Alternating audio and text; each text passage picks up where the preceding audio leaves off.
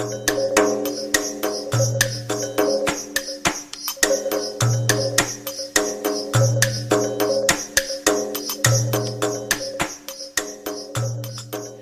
would like to turn the mic over to Dr. Stanwick. Paul? Thank you.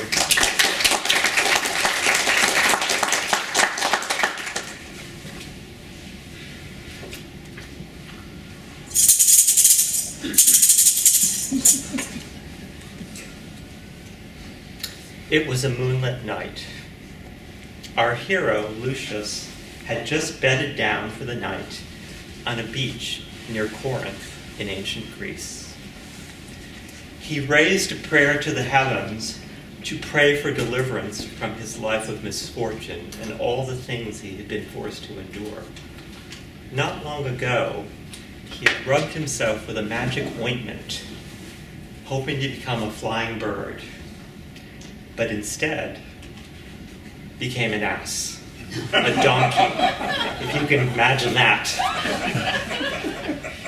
He was then forced to endure a whole series of indignities which are too sad and salacious to recount in such fine and elevated company as this. So having said his prayer, he then bedded down for the night.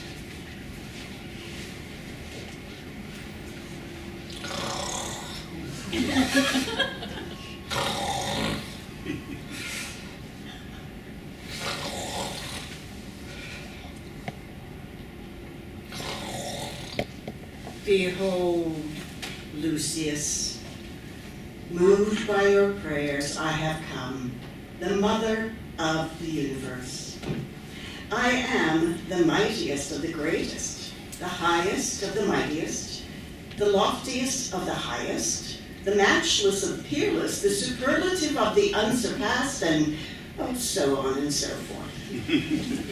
With my nod, I rule the starry heights of heaven, the safe travels of the sea, the success of the crops, and the plaintive silences of the underworld. My divinity is one. The Egyptians alone know how to worship me. They alone call me by my real name, which is Queen Isis. I have come in pity at your misfortune. I have come in sympathy and goodwill. Now cease your lamentation, banish your grief. Now by my providence, your day of salvation is dawning. So therefore, pay careful attention to these commands of mine. You, I will return to human form. I will transform you from your piteous state as an ass. You will become human again, but for this I require your eternal obedience and worshipful service. You will know that I, and I alone, can act as your savior.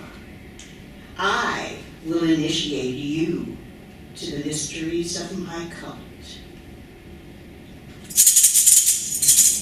You must be bald, shave your head. You must abandon your clothes and wear linen. You must abstain from meatless food when I require it. You must be celibate as I instruct. And above all, you must be generous to my cult and zealously spend and contribute your money as I command. I ask that you endure all my regulations with respectful patience and do not shrink from any of my instructions because they seem difficult. Know that you will live in happiness. You will live in glory under my guardianship. You will constantly worship me. Farewell. We will meet again in your dreams where I will provide you with further instructions. So that was a scene from an ancient novel called Metamorphoses by Apuleius. It's written in the 2nd century AD. And it's it's distant from Pharaonic Egypt, so we're about 500 years after the last native pharaoh of Egypt. And at this point in time, we have these outsider intellectuals who are seeking to interpret ancient Egypt and find contemporary relevance to these pharaonic ideas.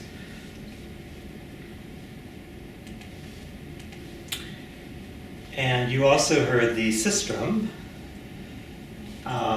which was the preferred instrument of the cult of Isis. Yes. And Apuleius. So who was Apuleius? He was born in North Africa in the 120s AD. He was educated in Carthage, Athens, and Rome. He was a Latin writer, orator, priest, traveler of the Sophist era, and he was also tried for practicing magic, presumably acquitted. The second sophistic is an era from about 50 to 250 AD in which impassioned speech is a prominent literary form, and it flourished in the cities of the Greek East, and its practitioners often deliberately treated historical figures and situations, and there was an emphasis on scholarship. And during this time, we have the movement of all of these antiquities from Egypt to Rome. And these are sometimes 500 years older or more, and they're moved to new temples in the Roman Empire in the context of the Isis cults. So as an example, this relief that was originally part of a temple, Beit el-Hagar, at the time it was about over 300 years old, was moved to Rome. And it's a huge, I recently saw this block, it is a huge, heavy block that would require a significant effort to move it. And it somehow we got selected to travel over 2,000 kilometers by land and sea to Rome. And it moved from an Isis temple in Egypt to an Isis temple in Rome, which is the Isiac Compense. So now for a little background. These Isiac temples, they first developed in Hellenistic Alexandria. And Isiac is a term that sort of encompasses all the gods of Egypt that get worshipped in the classical world. So we're include Isis in this, Serapis, Horus, etc. And these temples originally were linked to the royal cults sometimes of the rulers, and they were also partly based on ideas that came out of Pharaonic Egypt. And during these Hellenistic times, these cults multiply abroad rapidly, and they're spread by traders and traveling priests, presumably because there are attractive beliefs and practices involved, and in some cases it seems to also be a means to improve your social status. And Delos, the island of Delos, which is a big commercial hub during that period, is an important center for these Isiac cults. Later, during imperial times, these cults are quite widespread. You can see by the spread of the dots for sanctuaries there. And it has morphed significantly to meet new needs, and there are new patrons, like the emperors and the elites of Rome, that were involved in these cults. At the same time, as this is happening, you've got changes in religious beliefs and practices as you go along. So, as an example, Isis is a mother goddess in Pharaonic times. In Hellenistic Alexandria, she becomes a protector of seafarers. And then in the Roman period, she is a preserver of the emperor's health. Now, these beliefs and practices can be additive. In this case, they are. So by the time you get to the Roman period, it has retained some of the Pharaonic ideas and the things that occurred in Hellenistic Alexandria, and then picked up some additional things. So at that point, Isis is all three of those things. Not all of the Pharaonic beliefs are brought over, but a certain number of them are. Similarly, for these statues that got moved, we're going to want to understand what kinds of changes in meaning there were. So it starts out, for example, as this baboon statue from about 350 BC, probably from some Delta temple. We're thought is the god of knowledge. Something happens in Hellenistic Alexandria, and then something happens later on in the Roman Empire when this baboon statue ends up in Rome, at that point maybe 400 years old or more. So one of the things that happens is what I call the Chinese whispers effect, which is when you're passing ideas along a chain of people, it gets changed as it goes along for a variety of reasons. And by the time you get to the end, I mean, there's some resemblance to what it was, but it's not the same. And the reason that this happens in this case is that you're getting translations into new languages and scripts, in other words, from Egyptian into Greek and Latin.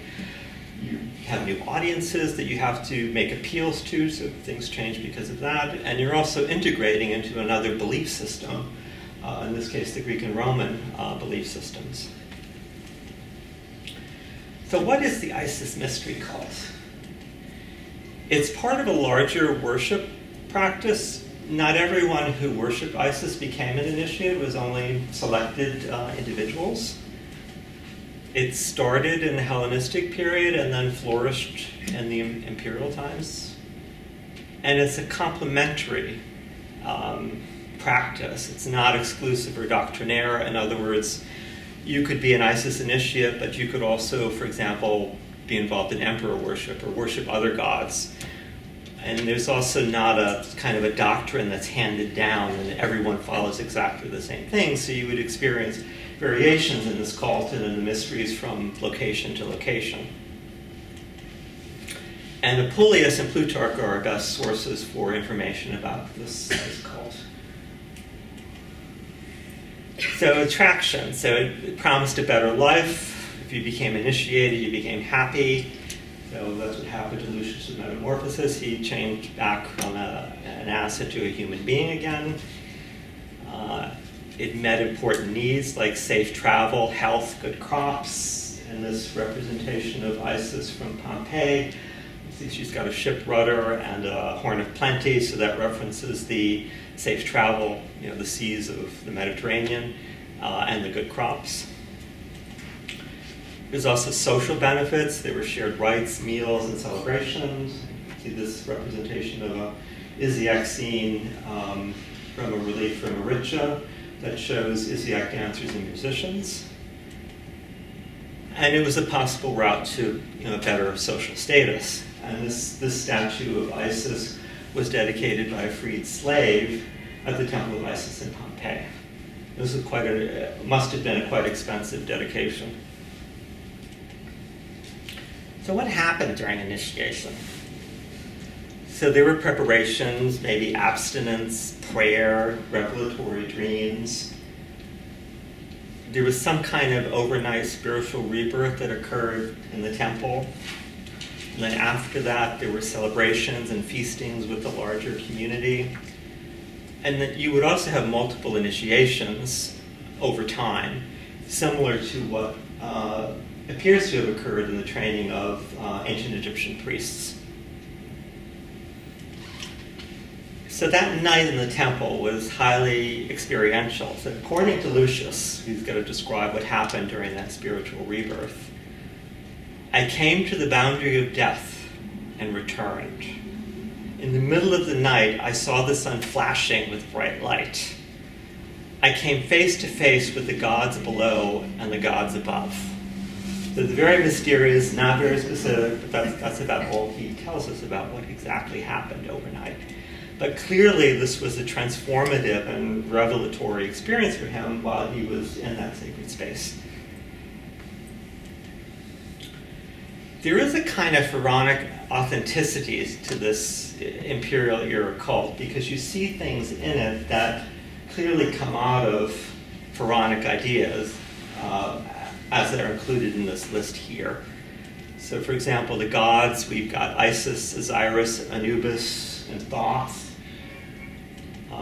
Sacred writings, so these are quotes from Metamorphosis. So in this quote, this priest is bringing out a book inscribed with unknown characters, and these, from the description of them, they're clearly hieroglyphs, and then he reads them, and they contain the instructions for preparing for the initiation to the Isis mystery cults.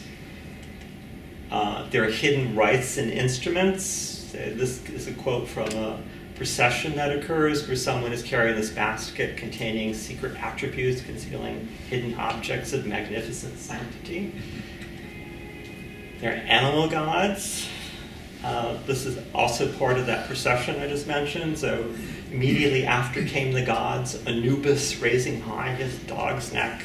Immediately in his footsteps followed a cow, fertile symbol of the divine mother of all.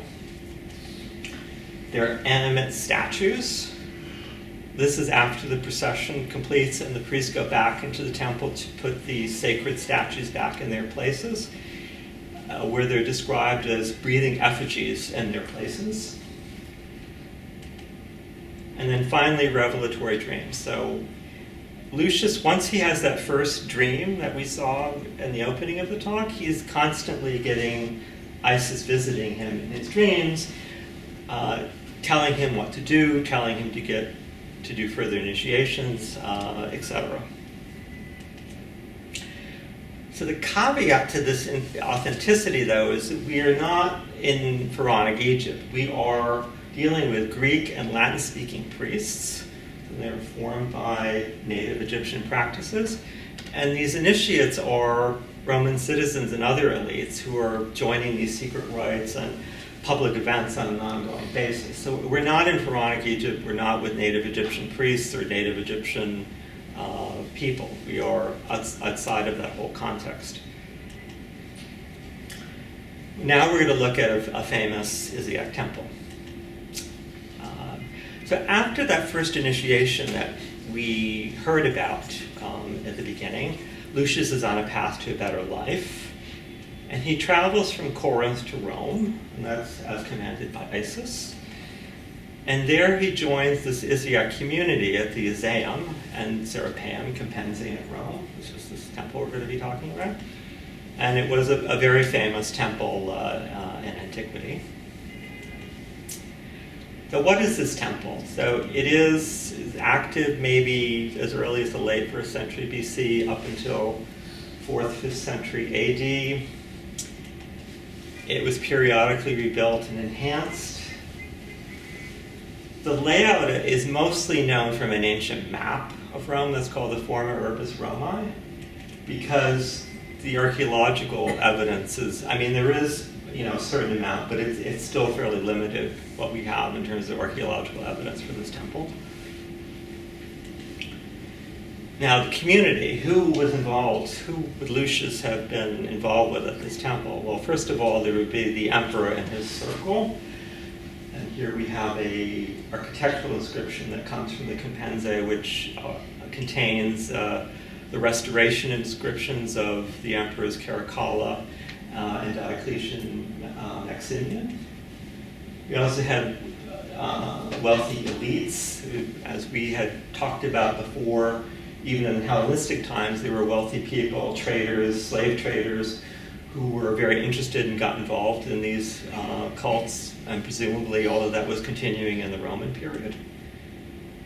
We would have had prominent priests, maybe some training and experience in Egypt. As an example, this is Karaman person, who is an Alexandrian philosopher priest who is also tutor to the Emperor Nero. Now, he is not attested for being at the Isiac Compensa, but he's the type of person one would expect to be involved there.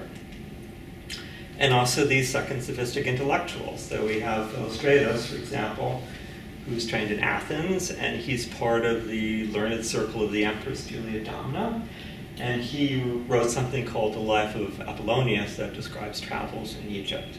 He, again, is not attested at the Compensa, but he is the type of person you would expect, to be involved there. We also would have had important architects and sculptors. This is one of the only known pieces of that. So this is a baboon statue made in the 2nd century in marble.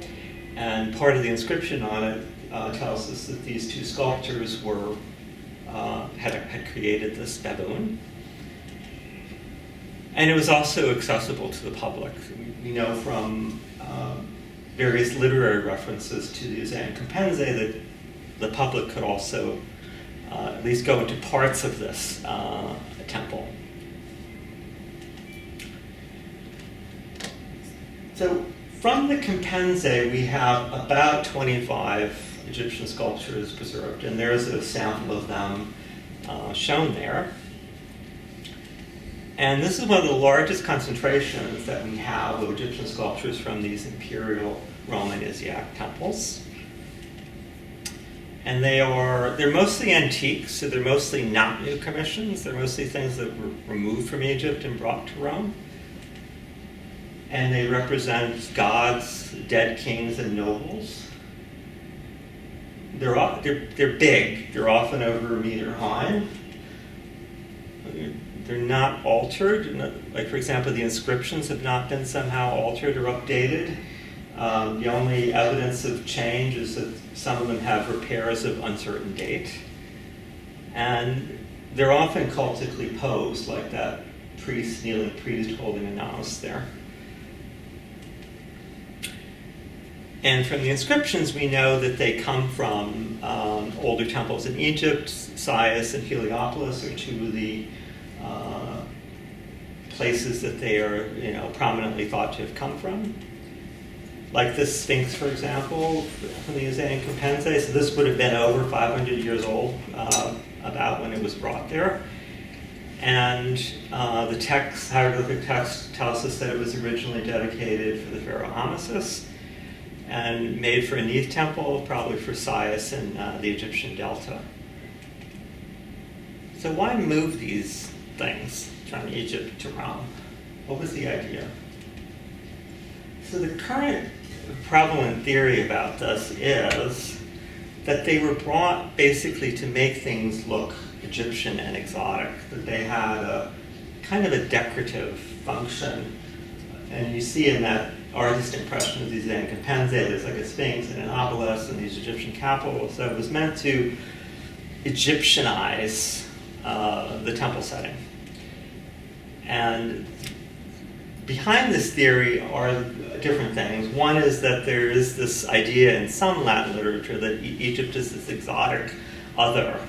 And Romans couldn't read hieroglyphs, and then the sculptures are really decontextualized, so they're decorative. That's where this idea comes from. So how would, presuming this is true, what would have been the selection criteria for these exotica from the patrons as advised by the storytellers? What kinds of ideas would they have had about this? So the material is that, okay, the dark stone is Egyptian, so that lends this Egyptian character. The text on it is Egyptian. The style is Egyptian, has an Egyptian appearance, and it's also kind of available because many of them come from Delta temples. So the theory of this is basically they look Egyptian because of the way they are, and they were kind of available, so they were taken to decorate these temples. The problem I have with this is that it lacks specificity relative to all the Isiac beliefs. So we just went through that whole discussion of what Lucius did and what was going on in initiations. There's a complexity to it. And these ideas don't speak to any of that. The other problem I have with this is that it doesn't speak to anything about individual choice. There's a lot of these things that appear to me to be very specific selections, like this Sphinx here, which is a female Sphinx, New Kingdom. I mean, it's very unusual. There aren't very many examples of this. So somebody had some idea about why they wanted this Sphinx and went to the trouble to get it. It's not a common Sphinx that would have been available in Egypt. So, an alternative theory about this. So some people have said that these would have had a religious purpose, but they kind of stopped there. And the reason that it gets stopped is that in the case of the Compense and a lot of other places is they're totally destroyed. So you really can't see how these statues were set up or what the context was or what was going on. The other thing is that there's not very much evidence from ancient documentation that explains what was going on with these statues. So people tend to say religious purpose, maybe stops. So I'd like to make a couple of helpful assumptions to try to get beyond that core idea. One is that these are dedications, they're not decorations. In other words, somebody or rededicated. In other words, they were dedicated originally at some temple in Egypt, and then they got rededicated in Rome. And that these are specific people. Somebody was doing this, somebody had something in their head about it, and they had reasons why they chose these particular statues. They're huge. Somebody went through a lot of trouble. Right? And these choices are not, at least in my mind, these choices are not random. So for the dedicatory part, a few of these Egyptian sculptures do have Latin and Greek dedicatory inscriptions on them. They are entirely, or almost entirely, though, new commissions that were made during the Roman period. That double crown, some people say it is an antique. Maybe, maybe not. That has a Latin dedication on it. That's from Sardinia. And then there's that baboon from Rome, also huge, that has a Greek dedication on it. So we would want to imagine all of these things as having some kind of new dedication attached to them. So they could have been, for example, on a new base, separately made. We don't necessarily have anymore. They might have been in the architecture somehow, or they might have just been ceremonially dedicated. But somehow, someone had an idea about these things and was dedicating these sculptures at these temples. So now let's look at the second one, the specific people and the purposes. So the patrons, so they would have been the ones who would acquire or rededicate these antiques. And these storytellers, the priests and these intellectuals, they would have been advising these patrons who didn't have an understanding on what these things meant or whether they would be appropriate or not. Patrons. So why the emperors and the elites as patrons? The antiques have hallmarks of wealth and status because you had to have a high rank to take these big things out of temples in Egypt. And you also had to get approvals to put these things up in new places. And for a place like the Isiac, you had to have money and power to put these huge things in that temple. You had to have that kind of status. Now, these initiates could be in this group of patrons because emperors and high officials could have been initiates. As we heard from Isis' speech, she's asking for money, so initiation could be expensive. It could involve travel, as we saw. We saw Lucius going from Corinth to Rome. And so that makes, I think, the initiates good candidates. I don't think exclusive. In other words, I don't think all of these things were dedicated by initiates, but I think it makes it a good possibility that some of them were dedicated by these Isis mystery initiates. So these storytellers. So we've talked a lot about Apuleius, which is the best surviving account of the Isis mystery initiation. Plutarch, who wrote on Isis and Osiris, which allowed these classical audiences to relate Egyptian gods to comparable Greek deities. We also have Herodes Atticus, who's a philosopher writer. He commissioned this elaborate Isiac shrine in Marathon, Greece, with huge marble Egyptian statues, which you see in the drawing there. And in terms of purposes, why did people dedicate? One reason was to demonstrate their relationship with the Isiac gods. They could thank for blessings, for example, having completed some safe travel, or they could pray for blessings like good health, the right to rule, and things like that. And we see that in this obelisk that was dedicated to the Isiac gods, possibly from the Isiac is not certain. And this, the hieroglyphic inscription on this creates this relationship between the Emperor Domitian and the Isiac gods, and it prays for blessings, for his good health and his right to rule. So this is the type of thing that we should be expected to be seeing more generally for those Egyptian objects. So how would they have selected these antiques? What kinds of ideas would they have had about these antiques? So this is my list, and we'll go through these in more detail. I I think the provenance was valued, that it was sacred. I think the inscription had symbolic value, even if it couldn't be read. There was a significance to having the inscription. The material is appropriate for dedication to the gods. There would have been, in some cases, an appeal to Roman ideas, or something about the statue or some aspect of it that would have appealed to the people who would have been dedicating it. And then we should also see some kind of relevance to Isiac beliefs in these statues. A sacred provenance, so this Sphinx again from, possibly from Sias. So statues like this would have had a history, known history, that already acting for a long time as divine intermediaries in an existing temple. So I would suggest that that had value. I mean, people knew that that was the history of these types of pieces, and that had value to people who had these beliefs in the Isiac cults. People could have also visited these sites during their travel to even select some of these things as part of a sacred travel. And in this case, for Sias, it is famous for the cult building of Osiris. So it could have been a site that people might have visited as part of sacred travel during the Roman period. Now, hieroglyphs. So hieroglyphs, according to these sophist writers, they have secret knowledge and symbolic meaning.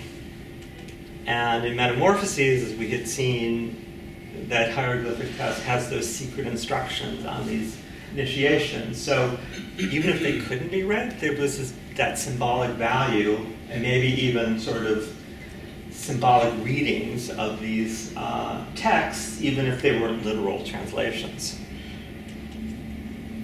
And the material. So granite is appropriate for Isiac gods. Granite was certainly a valued material in the Roman Empire, and then that obelisk we had just seen, in that inscription, it actually says that the granite is an appropriate material to dedicate to the Isiac god. So part of the selection could be, it's granite, that's appropriate. In terms of appeal to Roman ideas, so Romans, if you look at their practices with statuary, there's a lot of ritual around it.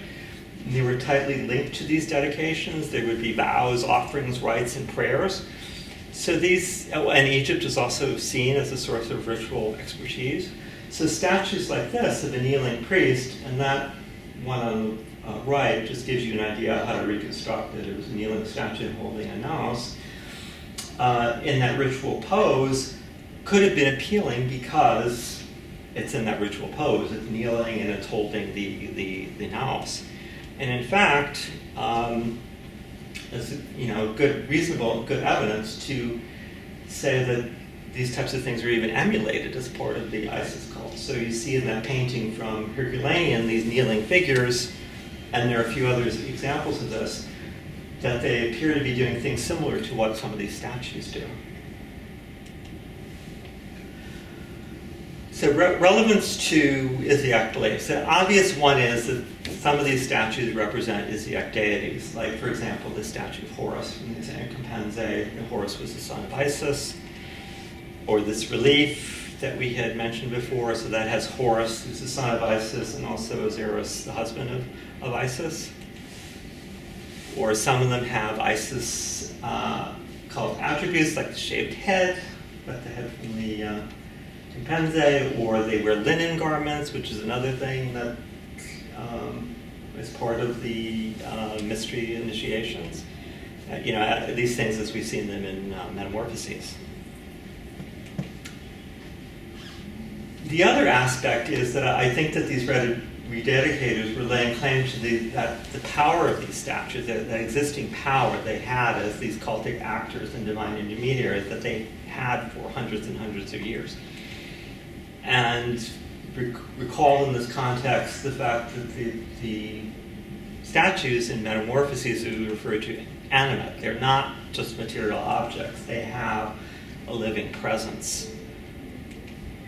And in fact, one of these sophist writers, Philostratus, describes one of these antiques, the Colosseum Memnon, as a cultic actor. The statue sings and appears to rise up in worship when struck by sunlight. And then the visitors respond to it and also do an act of worship.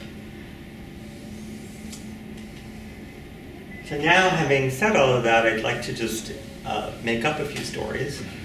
I've called hypothetical dedicatory stories, just to give a flavor as to how this might have worked. And we're going to use these things I talked about, the sacred provenance, etc., etc., etc. So the first one we're going to look at is this Hathor cow, which was maybe about 1,200 years old or more when it was at the Isiac-Compense. And because it's only partly preserved, I put that other better preserved statue behind it just to give you an impression of what the original statue must have looked like. So it was this cow, Hathor cow suckling a pharaoh. And so if we look at this statue through the prism of this community, what might have been going on? So, again, this is just hypothetical. As an example, this wealthy trader who's a devotee vows a dedication because of a successful seagoing season. And again, so in this period, you have to remember, travel in the Mediterranean was very dangerous. So having successful seagoing under the protection of Isis would have been a major thing, and this is why someone like this might have wanted to make a major dedication. Part of the selection for this would have been about that it was this Hathor cow, which is part of the Isis cults, and we see it also represented, for example, at this on this relief column from the Isiac-Compense, where one of the priests is holding a standard with a cow on it. And interestingly, this also recalls Roman imagery of the she-wolf suckling the twins, which would have been very prevalent in Rome, very familiar to a lot of people. And it's hard to believe that no one would have noticed. I think people would have made the connection between these two things. So the statue gets dedicated at the Isiac-Compense. The second example, this relief of Horus and Osiris from Beit el-Hagar, going through again this community, what might have gone on. So in this case, I'm just, again, making up a story to try to help people visualize this. So in this case, I'm saying it's an initiate, and as part of the initiation involves this sacral travel. In this case, going to this Isis temple in Beit el-Hagar. And the person selects this relief with the help of native Egyptian priests because they can't read the inscriptions. They're not going to know what's on these different blocks, but we know from other examples that native priests did act as guides to Roman visitors. So it's conceivable somebody must have helped pick this out. It can't be chance that this correct block with the right gods was picked out to go to Rome. It seems to, it's not a coincidence. And whoever this is, again, would have the authority and wealth to get this huge, huge block from the Beit el-Hagar delta site to Rome. And then it gets dedicated at the Isiac-Compense. And then another hypothetical story, the Sphinx. What's going on here? So in this case, presumably the emperors were also involved in commanding that these statues be put in these temples, so that's what I'm doing in this case. So I'm hypothesizing that an emperor has requested antiques for a new Sphinx-lined dromos for the Isiac-Compense. And whoever has been delegated to make this happen selects this Sphinx among others, in part because it aligns with sacred Isiac imagery, like with that the Hathor wig, as you also see in the sistrum. And also, this imagery seems to have wider resonance in Rome because there are Hathor capitals made in marble. In this case, this one came from the Patron. Exact context not fully known. And then that statue gets dedicated at the Isiac-Compense. But just to kind of summarize this, so originally It had a dedication by Pharaoh and lead in the Egyptian temple, got rededicated by Isiac devotee in Rome. It was at a sacred site, but then that sacred provenance was valued. That was part of what was appreciated by the rededicator. You had a hieroglyphic text that was composed by native priests originally, but then that text had this symbolic and cult-enabling kind of significance for these Isiac devotees. It was originally created as an offering to the Egyptian gods, and then it was rededicated to be an offering to the Isiac gods. And it was a statue in perpetual cultic service, and then it became this cult actor in these Isiac rituals in Rome. And as a final one, something a little bit different, these baboon statues. So at the XII-11-2019, there are 3 baboon statues, 2 antiques, and 1 that is a new commission. And if you look more broadly in Rome, there are many, many, many, many, many, many, many baboon statues. And this is kind of odd because, certainly baboons are not native to Italy. And they're mostly new commissions. They're not antiques. So someone is going out and commissioning deliberately these big baboon statues. These are not small statues. They're just, again, large scale, so they're like over a meter high. They often have dedicatory inscriptions, like this one we saw before. That has a longer inscription on it. That's just an excerpt with the names of the sculptors. Or here's another example with the name of the dedicator, Carradine. So what does a baboon mean in Rome? So in these Isis beliefs, the baboon is the Egyptian god Thoth. And as Hermes, he's an important teacher of Isis. And he also, with her, invented hieroglyphs. And he is also the author of priestly books of knowledge. So my idea is that these are significant because Thoth is seen as this patron and teacher of these initiates and priests. And as a hypothetical narrative, so as you move up these ranks and have more and more initiations, you would commission one of these statues as a thank you to Thoth, who was your patron and teacher as you were growing in knowledge of these cults and advancing up the ranks. And that's why you have all these baboon statues. And that's a picture of this relief from Aricha. And that has 4 baboon statues in it, in addition to that Isis cult statue at the center. On a final note, I had mentioned earlier that the XII-11-2019 was accessible to the public.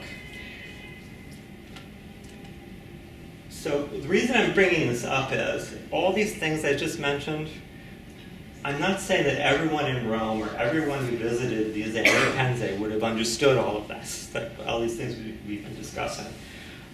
My remarks were really based around these Isis devotees, people who would have been very interested in learning and understanding all of these things. But for someone who's more of a casual observer in Rome, they probably did not have this all this understanding that we were just talking about. I don't want to say that the things I've been discussing would have been, everyone in Rome would have had this idea. It was only for that really select group of people who would have been making these dedications, who would have been priests at these temples, who would have had this kind of more in-depth understanding of these statues. So what happened to Lucius? Well, so he was successful in Rome. His transformation was complete. He climbed the priestly ranks, all thanks to Isis. So let's hear what Isis told him.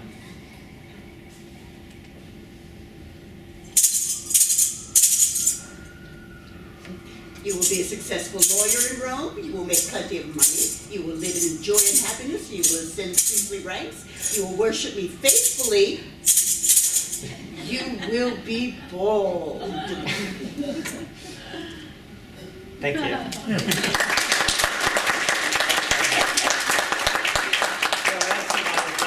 My friend Barbara Costigan, who did a wonderful rendition of Isis. Thank you so much. So thank you very much, Paul and Barbara. And questions from our audience. Yes. I'm curious already. It's a two-part question, and there may not be a known answer to this, but I'm wondering how much, if any, of ancient Egyptian cultic practice was imported along with the worship of Isis to the classical world, and were the priests of Isis trained in Egypt? So, I don't know if you remember that list I had of things like animal gods, and so those were the types of things that, yes, that seemed to come out of Pharaonic ideas, and there are other things too, that was my list, that come out of Pharaonic Egypt into these imperial practices. And I think, in a way, there was a deliberate attempt to do that because there was a desire for that kind of authenticity in a way. And the second part was... Were the priests of Isis in the classical So that it's very hard to know that. I mean, you know, people have tried to look at evidence from Rome to prove whether some of the priests, you know, might have come from Egypt, but sometimes it's difficult to tell with the names exactly the origins of people. So hypothetically, one would think that if you're getting training for such an important temple, you might spend time in Egypt, but it's very difficult to document that actually occurred. Yeah. It seems to me that this is a time when also Christianity was forming and Roman Christianity was forming, and Isis, you know, was kind of some people think a forerunner of Mary in this story. How much? My other part of the question is kind of how widespread was this cult versus that cult? What else was going on? How did it fit into the prevalent belief of religious beliefs at the time? Mm-hmm. Okay, so some people. So this is not a topic I have, let's say, gone into depth on, but I've read some things about it, and some people do believe that Christianity should be put into the bucket of. So there are other mystery cults besides the Isis mystery cult. Mm-hmm. So some people believe that the early Christianity should be put in the bucket of these early. It was just another one of these early mystery cults.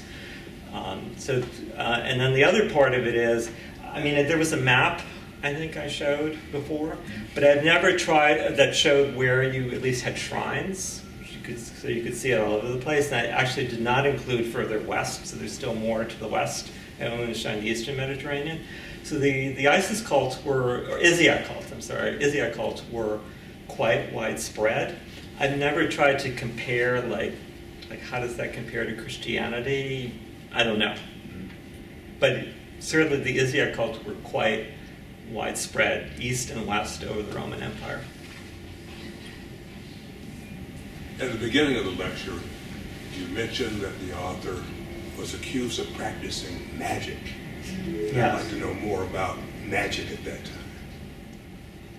So magic is kind of a loaded word because we have a certain idea of what magic means, and that may not be exactly what it was in antiquity, but putting that aside, let's say the way you're thinking about magic is kind of what that meant. So magic was outlawed in the Roman Empire. So you could be tried and convicted, imprisoned, whatever, for practicing magic. And in that story, I didn't go to that detail, but that speech that Isis gives, we didn't give the whole thing. But part of it is that she says, I'm going to do this in such a way that transformation, going from an ass to a human again, that it won't look like somebody practiced magic to do that. Because she's protecting him from getting accused of, being this magician and, facing a penalty because of that. Yes? Do any of the statues have movable parts that could be manipulated by priests to make them look like they're alive? Repeat the question. Well, so these are stone statues. No, they do not. But what's missing from the record, I don't know if you remember, there was that column with the priests sort of carrying different, some of them were representations of gods. So they were presumably well, more than presumably, would have also been statues in gold and bronze and wood, etc. at the Isiac and Compense, maybe even things, old things taken from Egyptian temples that may have had these kinds of characteristics, but none of that is preserved. There's absolutely nothing. We only have some pictorial representations. Yes? Could you say a bit more about the Oricha relief? I've never seen it before, and it looks fascinating. Like what? You mean, well, so I think it was, What kind of a, do we know where it was found? Do we know anything about it? so I'm going to scratch my head a little bit about that. From what I remember, is there someone, you don't know, okay. So I believe it was found in a tomb, that it was reused as somehow as for a sarcophagus or something like that. But it's been long presumed to be a representation of the interior of an Isis temple because there's a figure of Isis there, there's an Apis bull, there are the baboon statues, there might be something else in there too, and there are the dancers who'd be part of these Isiac rituals, etc.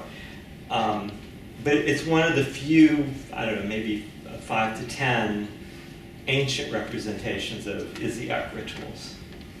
Does that help, or? Yeah, it Okay. seems rather unusual. Yeah, it's there's another fragment that may belong to it, but besides that, there are, like, there's a representation of a procession, that's like a relief, and then there are the paintings from Pompeii and a few. It's really, I've seen that relief a number of times now, it's really fascinating. Yeah. Yeah. I was struck when you were showing the images imported from Egypt, the two Sphinx images in particular, how the damage to them was very typical of the same kind of damage you see in statues still in situ in Egypt.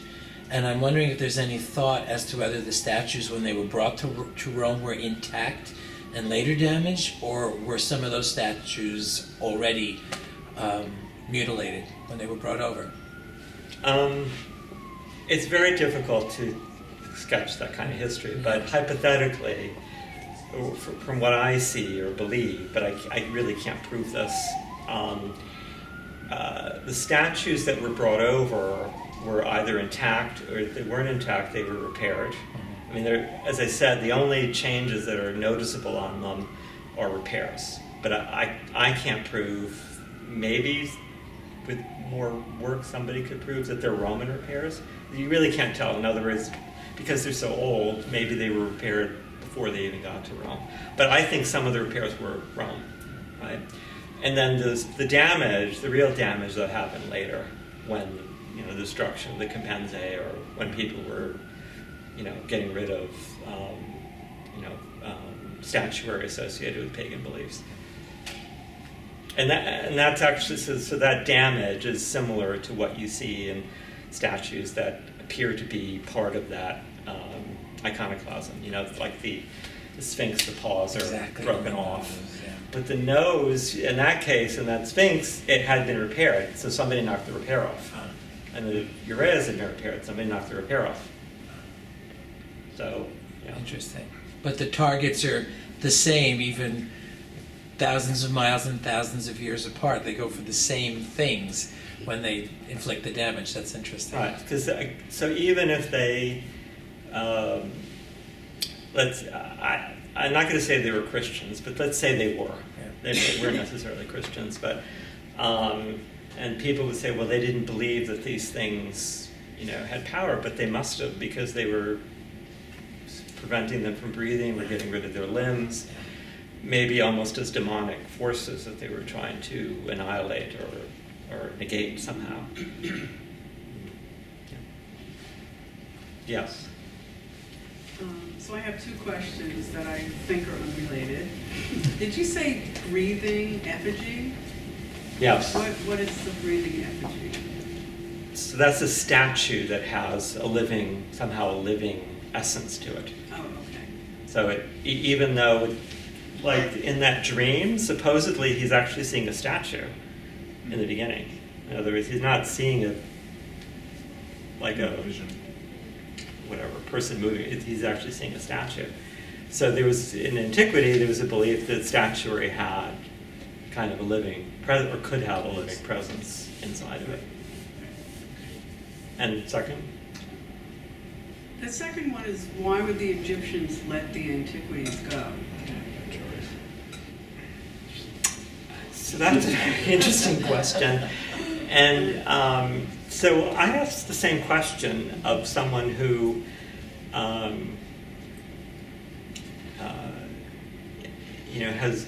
would have thought a lot about this, and they more or less said, well, they didn't care about it because they were these older things that were made by someone who is no longer alive, et cetera. So you see, I don't know that that's 100% true, but I don't know whether I would go so far as to saying that there was this somehow, prohibition, or the priests of that temple were not going to allow any of these types of things to happen. The other thing to consider is if these were ordered by the emperor was the supreme powers. If he was saying, I'm moving these things, they should say, theoretically, go ahead.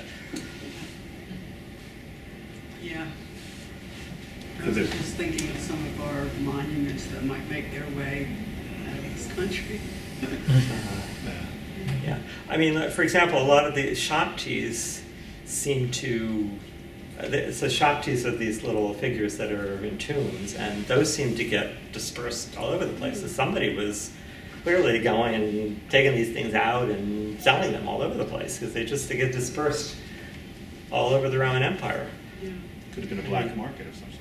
Yeah. So presumably there was a market also, but again, there's not really much real evidence of that, but presumably there was a market.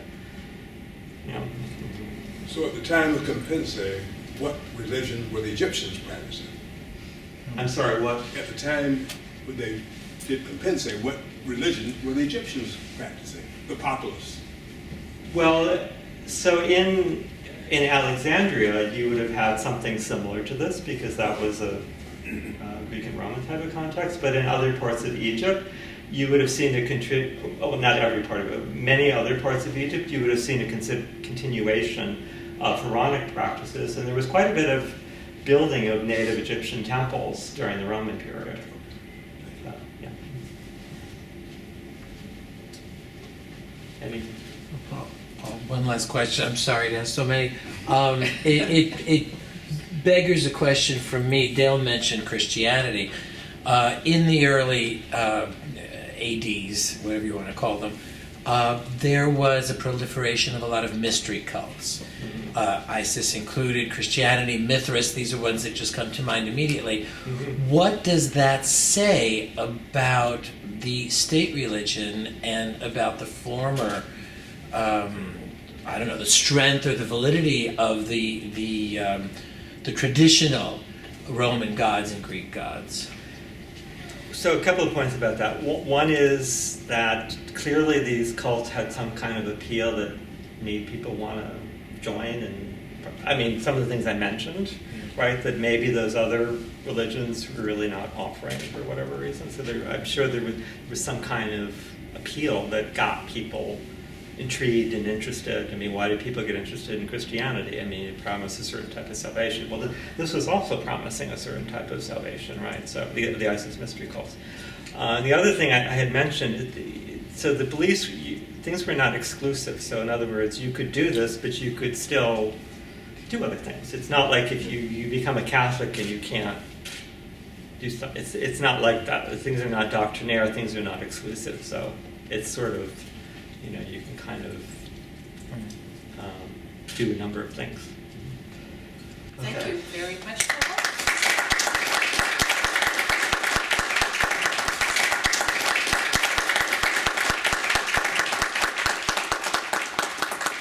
And I guess now we are all ISIS initiates. Yes. And there's a small reception following, so please stay and have something and speak more with Paul and each other. Thank you.